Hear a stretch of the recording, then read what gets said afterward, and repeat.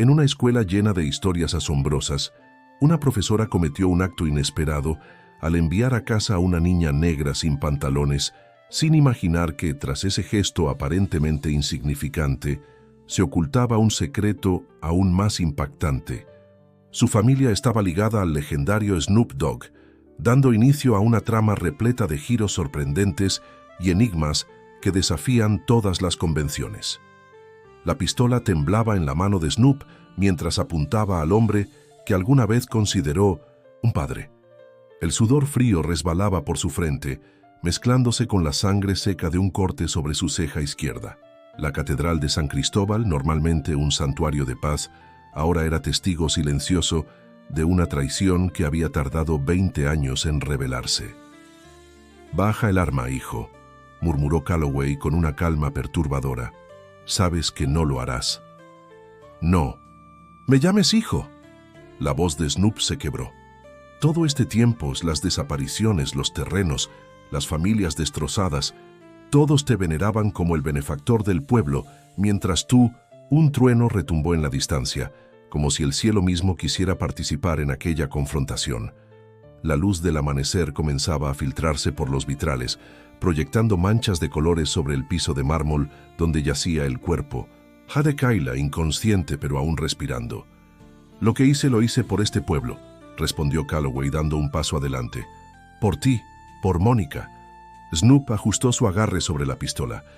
«No metas a Mónica en esto. Ella nunca hubiera aprobado convertir San Cristóbal en un centro de operaciones para la destrucción de la Sierra Lacandona». Los ojos de Calloway, aquellos ojos que siempre habían mirado a Snoop con orgullo, ahora reflejaban algo mucho más oscuro. «No entiendes el sacrificio, muchacho. Nunca lo has entendido». El sonido de sirenas comenzó a escucharse en la distancia. Pronto llegaría la policía estatal, alertada por la llamada desesperada de Raymond antes de que lo silenciaran. Calloway extendió su mano. «Dame el arma, Snoop. Aún podemos arreglar esto. Somos familia».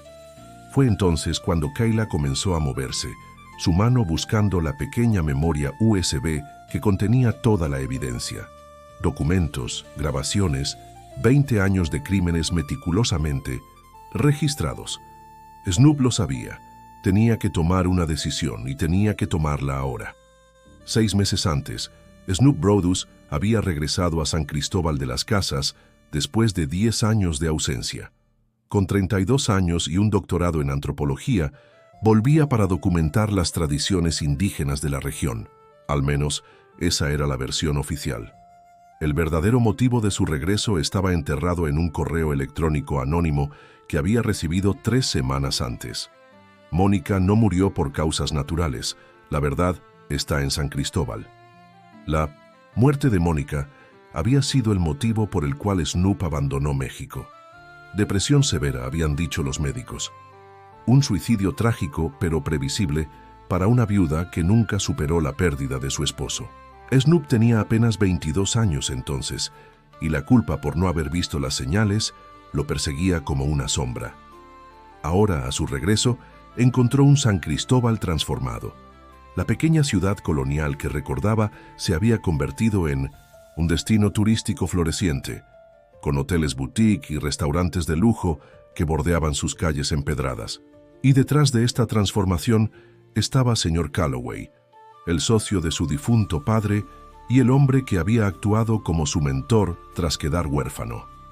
«Snoop», había exclamado Calloway al verlo, envolviéndolo en un abrazo que olía a colonia, cara y puros habanos. A sus 65 años, Calloway irradiaba vitalidad y poder.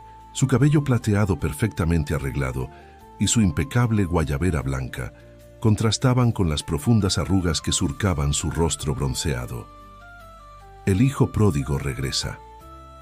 Esa noche, durante la cena de bienvenida en la hacienda de Calloway, Snoop conoció a Kayla Cortés, una joven bióloga de 28 años que trabajaba para una organización de conservación ambiental.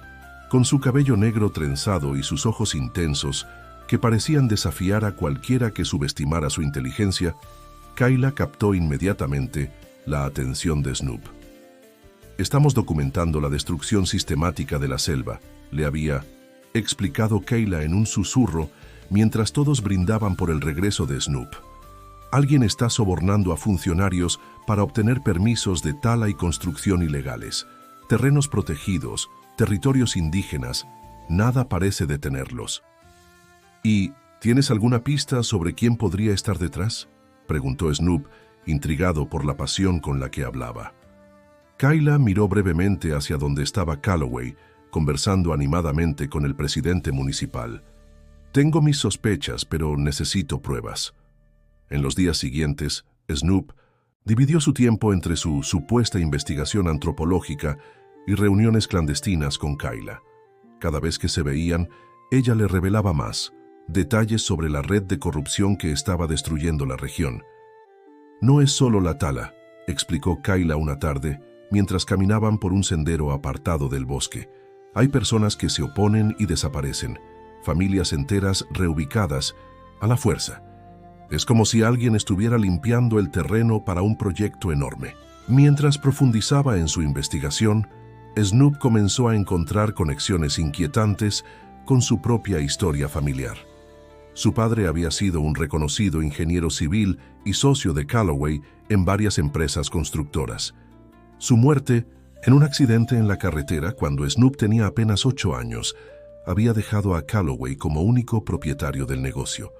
Pero fue el descubrimiento de los diarios de Mónica lo que cambió todo. Ocultos en un compartimento secreto de un antiguo escritorio familiar, los cuadernos revelaban que Mónica había estado investigando a Calloway. Sospechaba que el accidente del padre de Snoop no había sido tal, sino que estaba relacionado con su negativa a participar en proyectos que dañarían comunidades indígenas. La última entrada, fechada 3 días antes de su muerte, era estremecedora. Encontré las pruebas. C estaba detrás de todo. Mañana contactaré al fiscal. Antonio tendrá justicia. Pero Mónica nunca llegó a hablar con el fiscal. Y ahora, 20 años después, Snoop entendía que el correo anónimo tenía razón. Mónica no se había suicidado, la habían silenciado. No puedes confiar en nadie en este pueblo, le advirtió Marcus Carter mientras le entregaba a Snoop un sobre con fotografías. A sus 53 años, Marcus había sido el guardabosques de la reserva durante más de 2 décadas. Su rostro curtido por el sol y el cabello entrecano enmarcaban unos ojos que habían visto demasiado. Mónica vino a mí semanas antes de morir. Estaba asustada. Las fotografías mostraban maquinaria pesada derribando árboles centenarios, áreas protegidas convertidas en terrenos baldíos y, lo más perturbador, Calloway estrechando la mano de conocidos miembros de organizaciones criminales. ¿Por qué no hiciste nada con esto?, preguntó Snoop, la rabia burbujeando en su interior. Marcus bajó la mirada avergonzado. Intenté, presenté denuncias, envié cartas a periódicos, pero Calloway tiene comprados a todos. Mi esposa recibió amenazas y luego mi hijo tuvo un accidente. Sus ojos se llenaron de lágrimas contenidas. Sobrevivió, pero entendí el mensaje. Mientras tanto, la relación entre Kayla y Snoop se había profundizado. Lo que comenzó como una alianza basada en objetivos comunes se transformó en algo más intenso, más vulnerable. En noches estrelladas sobre el techo de la pequeña cabaña de Kayla, compartían no solo información, sino también sueños, miedos y eventualmente su intimidad. «Tengo miedo por ti», confesó Kayla una noche, recostada sobre el pecho de Snoop. «Estás provocando al hombre equivocado. Calloway no es solo un empresario corrupto. Hay rumores de que tiene conexiones con Raymond Ray Bishop y su gente». Snoop acarició su cabello, sintiendo el peso de una verdad que apenas comenzaba a comprender. «No puedo dejarlo ir, Kayla. Les debo la verdad a mis padres». La investigación los llevó a descubrir un plan maestro. Calloway estaba preparando el terreno para un megaproyecto turístico que arrasaría con miles de hectáreas de selva protegida y desplazaría a comunidades enteras. Los sobornos a funcionarios, las intimidaciones a activistas, todo formaba parte de una estrategia calculada durante años. Pero lo que realmente heló la sangre de Snoop fue encontrar el nombre de su padre en documentos antiguos, como firmante de permisos que él sabía que su padre jamás habría aprobado. Falsificaron su firma, murmuró Snoop, examinando los papeles que Kayla había logrado obtener de los archivos municipales. Y cuando mi padre lo descubrió, lo silenciaron, completó Kayla apretando su mano. La revelación más dolorosa llegó cuando Snoop confrontó a la directora Holloway, quien había conocido a su familia desde que él era niño. Con sus 70 años y un cuerpo encorvado por el trabajo de toda una vida, Holloway siempre había sido una presencia reconfortante. Mónica encontró documentos, confesó Holloway, sus manos nudosas temblando mientras servía té en la pequeña cocina de su casa. Cartas entre Calloway y gente poderosa, planos, contratos firmados con la fecha alterada para que pareciera que tu padre los había aprobado en vida. ¿Por qué nunca dijiste nada, Holloway? La voz de Snoop estaba cargada de dolor. Los ojos cansados de la anciana se llenaron de lágrimas. Cuando encontraron a Mónica, Calloway vino a verme esa misma noche. Me mostró fotos de mis nietos. Mencionó dónde estudiaban, a qué hora salían. Su voz se quebró. Lo siento tanto, muchacho. El miedo me hizo cómplice. Snoop y Kayla decidieron actuar. Con la ayuda de Marcus, contactaron a una fiscal federal en Ciudad de México que no estaba bajo la influencia de Calloway. Les prometió protección si conseguían pruebas concretas que conectaran a Calloway directamente con los crímenes. Fue entonces cuando planearon infiltrarse en la oficina privada de Calloway durante la celebración del Festival Anual de San Cristóbal, cuando la hacienda estaría llena de invitados. Lo que no sabían era que Calloway, con sus décadas de paranoia, nunca dejaba nada al azar. Cámaras ocultas captaron a Kayla copiando archivos de la computadora mientras Snoop vigilaba. Y cuando intentaron salir, se encontraron con Raymond Ray Bishop, el jefe de seguridad de Calloway. «El patrón quiere verlos», anunció Ray, su mano descansando sobre la pistola en su cinturón. Lo que siguió fue una confrontación donde las máscaras finalmente cayeron. En su despacho, rodeado de trofeos de caza y fotografías con políticos poderosos, Calloway les reveló que siempre había sabido del correo anónimo, que había estado vigilando cada movimiento de Snoop desde su regreso. «Tu padre era igual de idealista», dijo Calloway sirviéndose un whisky. «No entendía que a veces el progreso requiere sacrificios. Se negó a ser parte de algo más grande que él mismo». «¿Y Mónica?» Snoop apenas podía contener su rabia. Calloway suspiró, como un maestro decepcionado con un estudiante lento. Mónica debería haberse quedado en su lugar como una viuda respetable. En cambio, empezó a hacer preguntas incómodas. Fue Kayla quien actuó primero, lanzándole a Calloway el pesado cenicero de cristal que había sobre el escritorio. En la confusión, Snoop logró desarmar a Ray y ambos escaparon, pero no antes de que una bala rozara el hombro de Kayla. Con la ayuda de Marcus, se ocultaron en la antigua iglesia a las afueras del pueblo. Mientras Snoop atendía la herida de Kayla, Marcus salió para contactar a la fiscal federal. Horas después, cuando no regresó, supieron que algo había salido terriblemente mal. «No dispararás», repitió Calloway, dando otro paso hacia Snoop. «Eres igual que tu padre, débil cuando más se necesita fuerza». La catedral se había convertido en una jaula dorada iluminada por el amanecer. Afuera las sirenas se acercaban, pero Snoop sabía que la policía local estaba bajo el control de Calloway. No venían a salvarlo. Kayla había logrado incorporarse, apoyándose contra una columna. La memoria USB que contenía todas las pruebas brillaba en su mano. «Snoop», susurró ella, su voz apenas audible. «Pase lo que pase, la verdad tiene que salir». Calloway siguió avanzando, su confianza intacta. «¿Sabes por qué he tenido éxito todos estos años, hijo? Porque entiendo la naturaleza humana. La gente quiere creer en héroes y villanos, pero el mundo no funciona así. Tu padre no lo entendió. Mónica tampoco». «Ellos entendieron perfectamente», respondió Snoop, su voz encontrando una firmeza inesperada. «Entendieron que hay líneas que no se cruzan, no importa el beneficio». Las puertas de la catedral se abrieron de golpe. Pero en lugar de la policía local, entró un grupo de agentes federales liderados por una mujer de traje oscuro.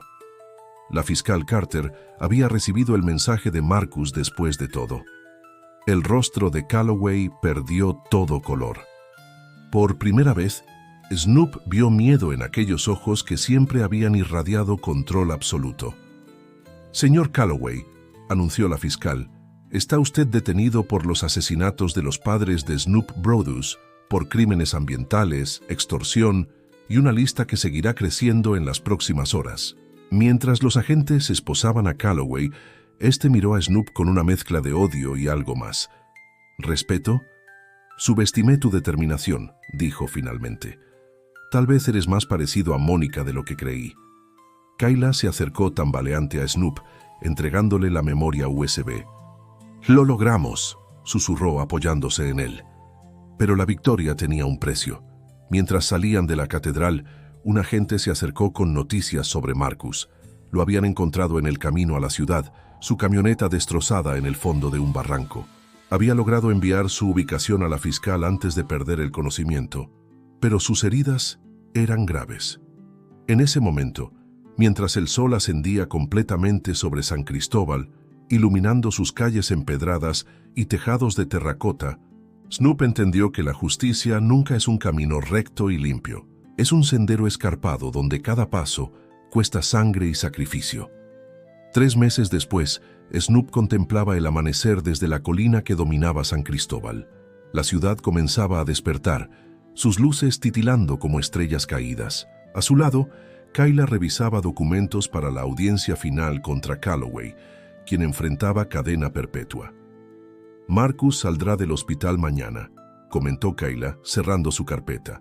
La rehabilitación había sido larga, pero el guardabosques se recuperaba con la misma tenacidad con que había protegido los bosques durante décadas. Snoop asintió, sintiendo un nudo en la garganta. Las últimas semanas habían traído revelaciones dolorosas, pero también sanación. La historia completa de sus padres había salido a la luz, reivindicando sus memorias. Las comunidades indígenas desplazadas comenzaban a regresar a sus tierras. El megaproyecto turístico había sido cancelado y en su lugar, CEPI establecería una reserva natural que llevaría el nombre de los padres de Snoop. «¿Qué harás ahora?», preguntó Kayla entrelazando sus dedos con los de él. Snoop contempló la ciudad que tanto había amado y odiado. «Me quedaré», respondió finalmente.